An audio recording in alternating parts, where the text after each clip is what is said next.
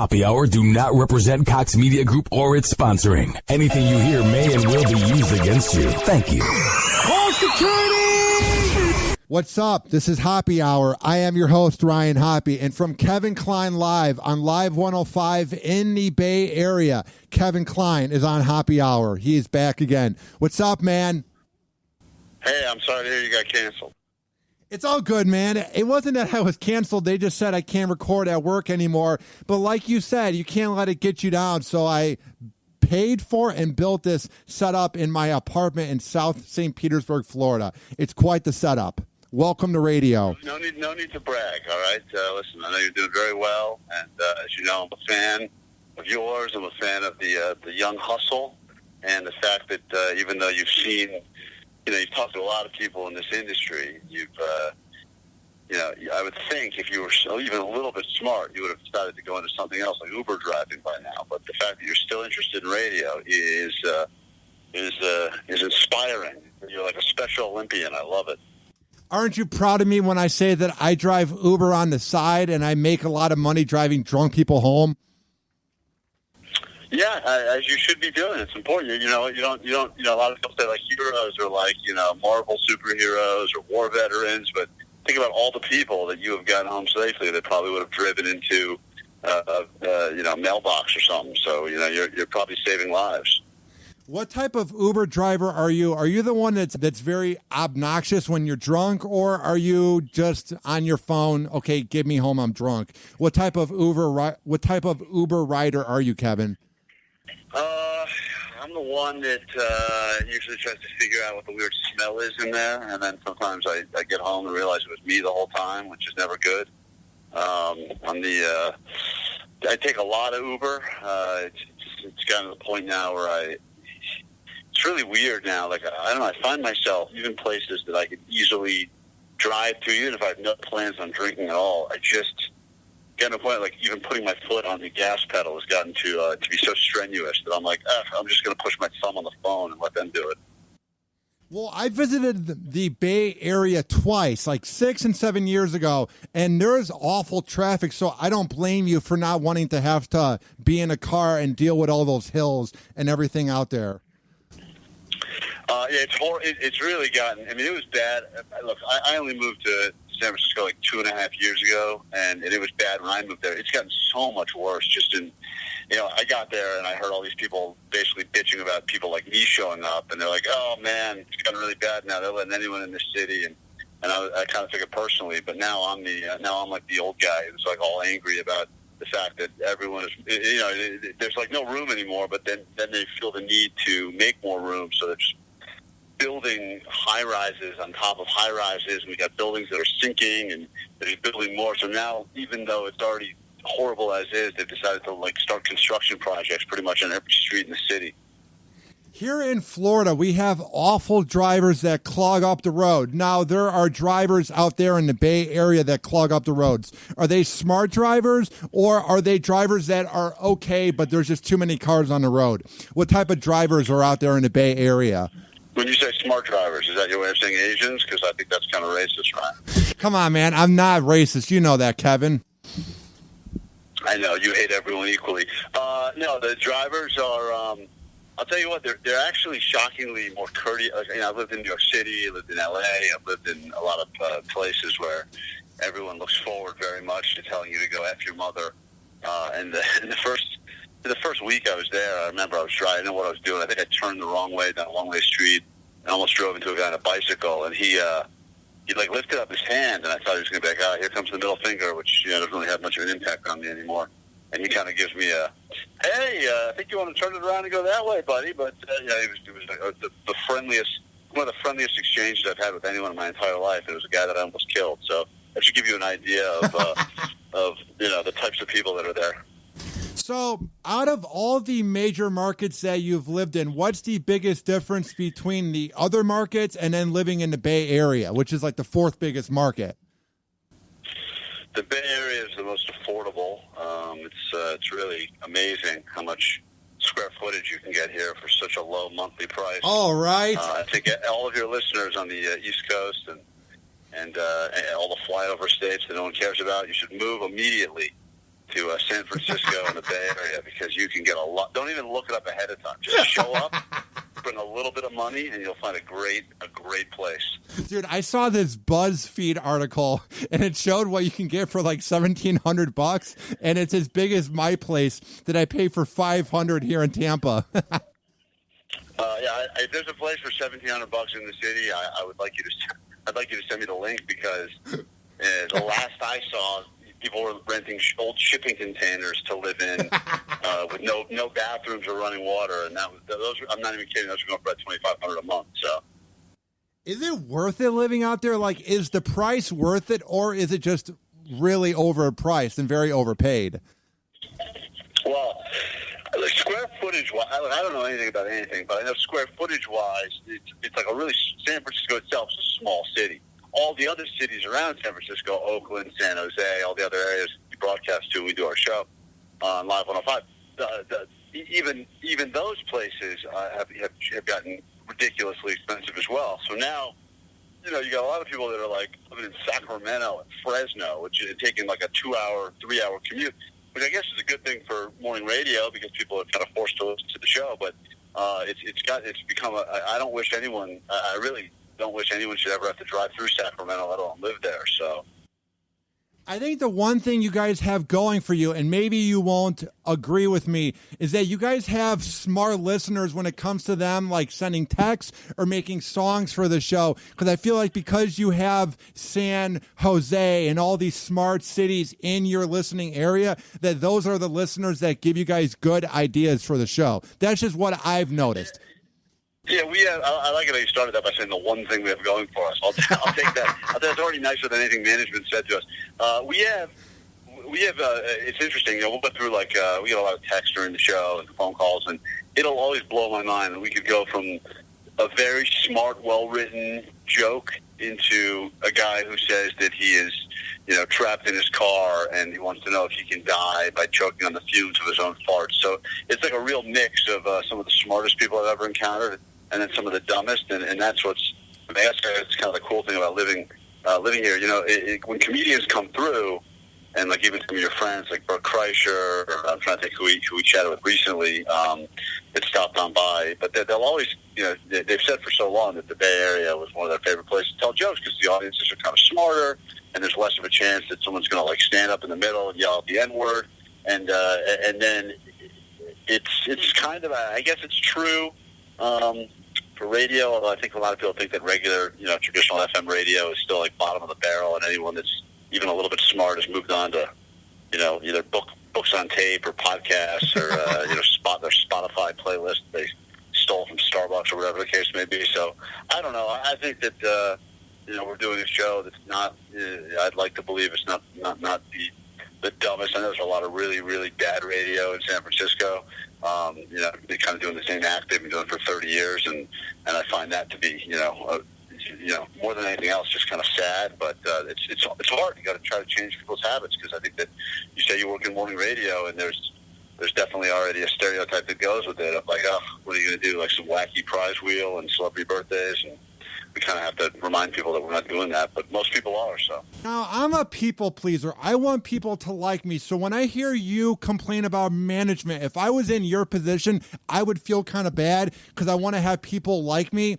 So for you, man, do you ever get down on yourself when you guys either don't get credit or you guys don't get enough compliments from management, or do you just try to turn your eye and just keep on grinding, Well, it's weird when you said you were a people pleaser. I thought you were about to offer me a handy, which I would potentially take. But no, I don't really. There was a period. There was a period in this business where you want praise and you want glory and you want people in suits to tell you did a good job and they listen and then it's gotten to a point where you just kind of want to be left alone. I think being left alone is probably the greatest thing you can hope for because. If they are telling you that they like the show, either they're lying or they're listening. If they're listening, it means it's only a matter of time before they're going to tell you something they don't like, or they're going to give you their take on how to do something differently, how to do something better. And I don't know. Usually, I found that a guy, wearing a three-piece suit from Brooks Brothers or something is not the type of person that's going to tell me the right way to deliver a bit. Radio consultants are very odd to me because it seems like they're the people that weren't good enough to be on air, so they're annoyed, envious, or jealous of the on-air hosts that are doing well, so they want to find something to critique, you know? Sorry, that's my kid. Yeah, since we last chatted, I had a baby, which is, I guess this is a good time for me to go ahead and promote Trojan or Durex or whatever, pull out, whatever your listeners are into.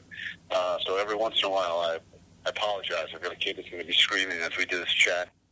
It's all good, man. How was it? What was that immediate moment like when you became a dad? How life-changing was it? Feel the same as I do when you get into an Uber and you think they're just going to send you kind of just a run-of-the-mill Prius, but you end up getting a new Prius, and you feel pretty good about that. I feel you, man, because it seems like you're a decent dad. I mean, I feel like a lot of guys in radio wouldn't care about their kids, but it seems like you have a healthy balance of caring about your kid and then caring about your show. Well, let me say, considering I just compared my child to getting into an Uber car, clearly I'm a Dad of the Year candidate. I do know. I know you like to talk about radio, you like to talk about the industry, and I know that, like, as a guy who grew up listening to a bunch of different shows, there's a lot of times when hosts would have kids, and I would, and not that you should hold it against them, but I just found that a lot of times the conversation that they would have, as much as you want to believe the person you're listening to is real and honest and kind of bringing you into their lives, I oftentimes felt it to be super annoying when, like, hosts would circulate stories about that. In the same way that I always hate the types of people that overpost pictures of their kids online, and I said I would never do that. And, to date, I think I posted probably less than 10 pictures of my kid, maybe less than 5 in a year. And, you feel a little differently, I guess. I mean, I'll go ahead and admit being a hypocrite sometimes. And I think that, I just, it's rough because in some ways, you got this relationship with whoever it is you're listening to on the radio. That's my daughter, by the way. She barks. She's my other kid. Anyway, it becomes one of those things where you feel like you've got this relationship going, and then you kind of, in some ways, don't want other things to interfere with that. That's at least how I feel. So I know there's shows I've listened to that as soon as the host has a kid, I feel like, well, that's not my show anymore. I don't relate with that guy. And I'm trying to figure out whatever that balance is on the air, which is, occasionally talking about it when it makes sense, and then, trying to oftentimes just talk about the other things we have planned. Now, I don't know if you're going to want to hear this, Kevin, but it seems like ever since you've had your kid, or your wife had your kid, and now you're a father, it seems like you're a little bit nicer to Patrick. I feel like before you had the kid, you would get mad at him easier and have these outbursts on air, but now I feel like ever since you've had a kid, you sort of feel sorry for Patrick. Well, yeah, my kid is 8 months old, I think. And I'm convinced she's already smarter than Patrick. Patrick, he means well. And at some point, like, it's interesting because I see, like, my kid learning every day, like, little things. And Patrick, I have seen in many ways regressing. He showed up to bring my kid a toy when she was born, and I thought that was like so nice of him to do. I think he was the first person from the show to actually come over with a gift. And I looked, it didn't look right, and I saw pretty quickly that it was a dog toy. He didn't realize it because he's a Neff, but it was a toy for dogs. And after put a picture of it online, the listeners tracked it down and found out that it was like not even a dog toy. It was like a crappy. It was like the discount reject bin at Costco or Petco or something like that. He didn't even realize what he had done. So that just gives you an idea of kind of who I'm working with, And then didn't you say as well on air that he was the only person from your crew not to send you a text? Yeah, he didn't send a text. He didn't. But it's so funny, man. Like, I had some people, and I appreciate people try to give you space. I try to do the same thing. I don't like to harass, bother people. I think a lot of people, they get off on getting involved in other people's lives. So, like, every time one of their friends or acquaintances has a life moment, birth, death, marriage, they kind of, in some ways, weirdly make it about themselves because they want to be the first one to call or this and that. And I don't that. And I think that, people that know me really understand that I just kind of like to be left alone more often than not. But Yeah, I did not get I mean, you still send the standard generic, hey, congrats, glad to hear all is well. I didn't take any days. I think I missed one show, so I didn't really, it's not like I was gone for a week where people felt they needed to reach out and talk to me. I think I missed the show while my wife was in labor, and then, and that was it. And I was actually pissed because I wanted her to actually give birth while the show was still on the air, but she was too tight or something. I don't know. I can't figure out Patrick, man, because he's in such a good position. He's working on a show in the fourth biggest city, and he's getting all this attention, and it just seems like he doesn't appreciate what he has. It's so aggravating for me because it's like, I feel like we're kind of in the same position trying to grind in radio, but he's on a show, and I feel like he just doesn't get it at times that this is a perfect chance for him to shine, you know?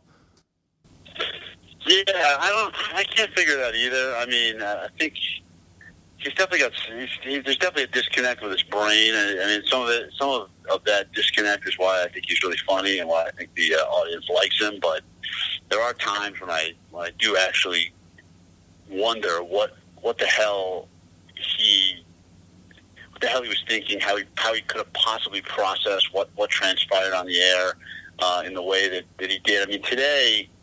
And this morning's show, we were talking about something, and he delivered a joke, and it was kind of funny, and it was very rare for him to deliver a funny joke. And I said, hey, that was good. That's probably the funniest thing you've ever said. We move on, and then 5 minutes later, we start seeing all these text messages that say he stole the joke off of some Reddit thread about the same topic we were talking about. So then we confront him with it, and he kind of does that thing where he sidesteps it a little bit, but then he finally admits it. That, he did see the joke on Reddit, and he didn't give credit, but he was planning on giving credit later. Like I didn't understand what he was, and then of course, that turned into a whole thing, and that derailed everything else we had planned because now we were getting to the bottom. It's joke thievery, which, by the way, it's interesting because now it's like a huge deal, and Conan's being sued and everything else. But joke thievery has been like in my opinion, one of the worst things about the radio industry, and for a while people could get away with doing it because you only had to worry about entertaining the people that were in your town, and so people would just kind of steal each other's bits, and they would drive around. I still know a lot of people on radio that are doing the same tired, fake flowers bits and everything else, and it's all just kind of the same. It's just people from one show to another, and shockingly, they get less fun. They're just not funny, and yet people still feel the need to do them over and over again because it's what people grew up listening to, so they assume that's how you do radio. And I know we've derailed a bit from the original question, but I think it's important. Especially want you to think about that because you obviously want to be like a radio guy. So as you're thinking about the stuff you want to do on the air, just try to find things that you're actually interested in and make them your own. Yeah, I listen to a lot of shows. I listen to you, I listen to Howard, I listen to Opie, and even though I like what you guys do, I never want to copy anybody because there's so many hacks in radio that just either take other people's bits or just do fake prank calls and call them their own that I don't know how they look themselves in the mirror. It's like you're not doing a real show. You're fake. I just don't get how these guys, even if they're making good money, how you can be proud of your fake product. That's why I like your show is even if a bit doesn't go perfectly, at least you're trying something unique compared to like War of the Roses or some fake prank call, Well, I know that I'll give you credit on this because I know you. I don't know if you still go on count the show and take heat, but you did reach out. You sent me a DM on Twitter a few months back because you were a fan of how we kind of handled the Chinese New Year, and you had asked. You said, "I really like the way you guys did that. Would you think it was cool if I did something similar?" And I'll tell you, man, I respect that in a lot of ways because I think that I think people just, for the most part, and I know radio shows that to this day, their entire show is a combination of stolen tweets they've taken off of, we'll read tweets sometimes. We'll always give credit. If someone says something funny on Twitter, we'll usually mention who it was, who said it. And I know a bunch of other shows that are doing that still regularly, and then they listen for stuff, and they listen to shows all across the country, and just kind of treat it like a buffet. They take a little thing from this show, they take a thing from that show. And it happens a lot. It's part of the reason this industry is in shambles right now. Yeah, it seems like everybody basically was sort of pumped up and influenced by Howard, and some people took the edgy side and did their own show. But there's some people, man, when you listen to different guys in different markets that are like the local shock jocks, you can hear how they're trying to be Howard. And any local DJ that tries so hard to be Howard, it's the saddest thing you'll ever hear, man. It is so pathetic. Yeah, I worked at K-Rock in New York when Howard was there. I've written stuff for Howard before. I'm friends with a lot of the guys on that show still. I went to college with Will, and I text with JD a bunch. And when I see Gary, when he's out when he's up in Napa for Bottle Rock, which is this big music festival we have coming up in a few weeks. And it's interesting because, that's a show that, it's kind of an anomaly and understandably, I grew up a huge fan as well, still am. So it's one of those things. It's frustrating because as a fan, you just want it to stay on the air forever. But then as a guy who's also in radio, part of you is going, wow, it'd be great if Howard could retire finally, and then give an opportunity for some other guys, younger guys to. But that's on us. I mean, that's on us to raise our game, and it's always interesting. I love hearing people that call in our show because Howard was on Live 105 when he was on terrestrial in San Francisco, and it's great. We get calls every week. People that are like, I haven't listened to the station since Howard was on, the first I want to take that as a compliment. Oh, great, we're doing something interesting. But then I start, but then you get the comparisons, and you go, is that a good thing? Do you want to get the comparisons because you kind of want to be doing your own thing? And so it's not a person in radio. It wouldn't take a comparison to a Howard, as a compliment, except maybe like a Terry Gross on NPR. But it's one of those things where you want it, but at the same time you don't really want it because you're trying to do your own thing, which is difficult because you go in there and you talk about your dick at all, you're automatically going to be compared to Howard, How do you come up with the prep for your show since you're not taking it from other people, No, that's actually, now that I talked about it, I think that's actually how I'm going to do it. It's far too time-consuming to try to come up with original stuff. It's different every day. We don't really have a formula. Everyone kind of pitches their ideas, and then we'll take some stuff and try to work it out and see if we actually think it's any good, and some of it we'll throw in the air and see how we feel about it. Some stuff that sounds great. It's weird. Like, we'll come up with some ideas, games off the air. We think they're going to be great. We put them on pretty quickly. I realize I just don't like the way they flow. There's other things I'm not so confident about, but, we'll throw it on in like the 6 o'clock hour, the 9 o'clock hour, and I'll get a huge reaction. I still think the stuff that works the best is always the stuff that just happens. I mean, I'm sure you hear that from everyone you talk to, but it's like the stuff that you didn't really plan, and it was like a little throwaway thing or a phone call, and it led into something, and then that became. And we were calling Utah a few weeks ago when the Warriors were playing the Jazz because there was all this controversy because a lot of the players, the Warriors, were basically saying that Utah was some boring ass town with no nightlife. So we called a bunch of places in Utah to give them 30 seconds to prove to the Bay Area that they actually were fun and had nightlife. We called like a board game store and a convent and a bunch of other boring places. And this one woman hung up on us pretty early into the call. And Allie, my co-host, goes, she was trying to stop her from hanging up, but she just let out this sound. It was like, blah, blah. And that sound, it was just a stupid little sound, half a second. And that sound has now generated like hundreds of songs that people just keep taking it and remixing that noise into all sorts of different music and commercials and replacing dialogue. Someone redid the entire movie Scarface with that sound throughout I mean, it's just unbelievable what people have done. So you take something little like that you don't expect, and it becomes something really mediocre, It seems like when she doesn't try, that's when she's at her best. When she's being herself, that's when she gives some really good content to the show. Yeah, that's kind of true with all people, I think, I mean, a lot of friends that are comedians, and, I mean, it's weird because, you technically have to try to do your job. Like, you're up on stage telling jokes, you're you're trying. You're not just in your bed making jokes to yourself. But then again, you almost just have to get to that point where you're being 100% authentic yourself, and that's when if you're interesting or if you're funny or if you have something to say, it'll come out best. If you put on the act, or you do your imitation of someone else, or you're delivering a bunch of material that someone else wrote or someone else put together, it's not going to come across as genuine. You'll get away with it for a little bit, and there's enough people that are half asleep while they're driving in the morning, and they'll probably deal with that for a while, but eventually, that'll wear pretty thin.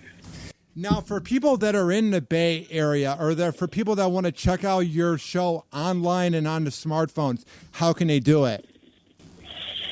I recommend you probably don't, but if you wanted to, Ryan does say it's one of his favorite radio shows, and he only says that to every single guest he has on this thing, right? I'll be honest. I will have people on, and I'll be like, do you want to talk about what you've done in radio and the news?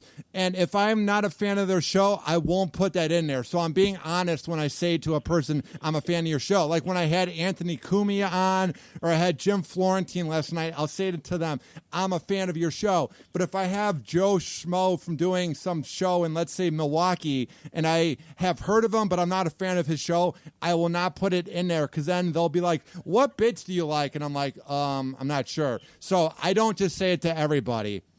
All right, that's fair enough. That seems to be people's big move. Like even people, other people in San Francisco, other cities I've worked.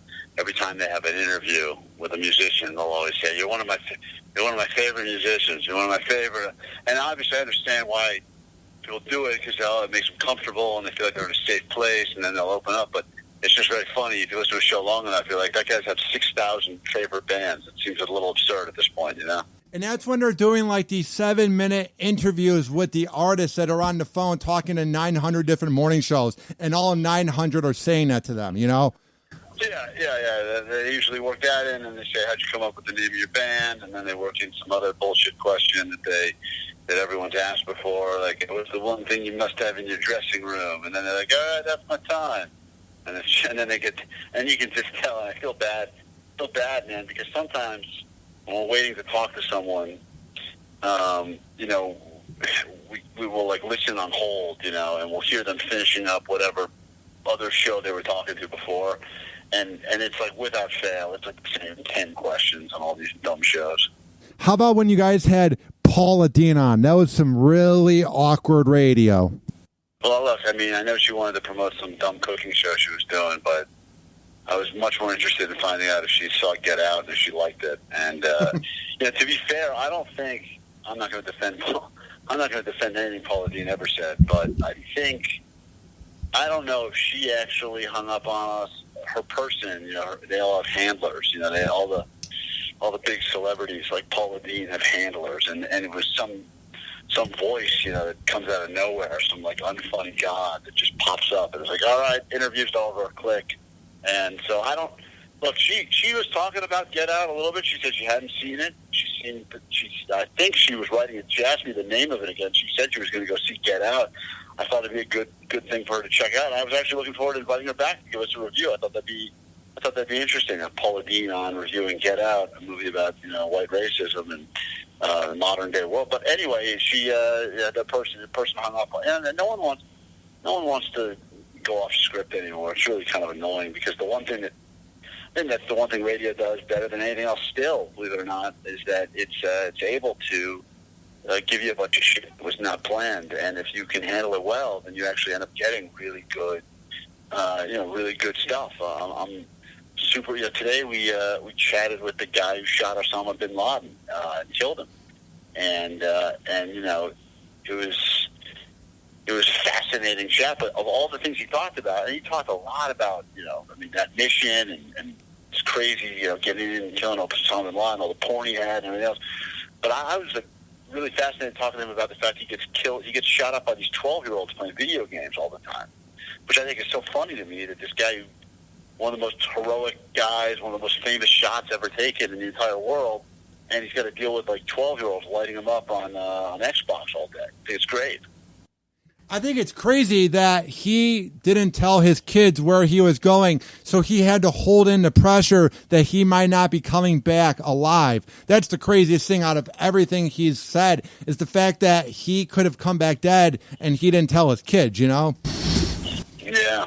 He said he wrote like a note. He said he had a note written that said, "I'm sorry, I'm not at your, whatever it is, not at PTA or bake sale. I died being a hero." But it's pretty cool. I'm going to leave a letter like that for my kid as well, even though I didn't do that. I'll probably die doing something embarrassing, like getting drunk and falling into a lake or something. But I'm going to leave a note that says Daddy couldn't be here because he was killing a terrorist. Sounds good, dude. You are a hero when it comes to being a dad and when it comes to being a morning man out in the Bay Area. So keep up the good work, and thank you for being on Hoppe Hour. Thank you. Does this mean that I will not talk to you again for another year? I send you some DMs every few months. I just don't want to like blow you up because I don't want to be that like annoying radio guy that wants advice every week. And then the guys were like, "Oh my God, Hoppe's annoying as fuck." So I try to like spread it out and talk to you every few months just so that I'm not being that like clingy dude, you know? Is there any advice you need from me right now while you have my undivided attention? Where the fuck is this business going? I think it's going to be just fine. A guy like you, there'll always be listen, if you can work hard, man, if you will work hard, you're not afraid to, to give up, the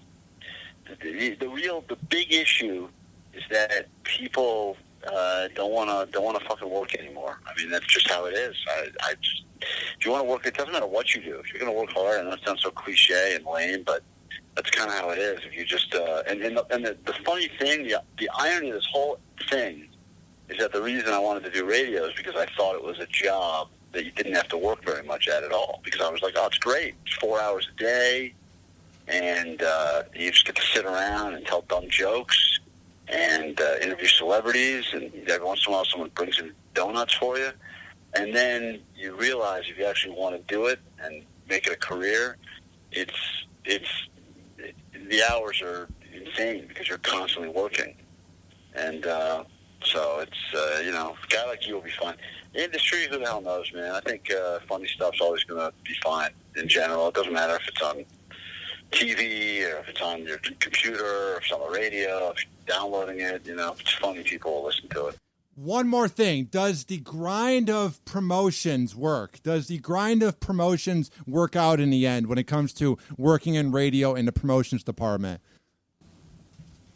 Well, I mean, they've done nothing to promote our show. If you're talking about our show specifically, our audience has done all our promoting for us. They're the best. They go out there. They spread the word.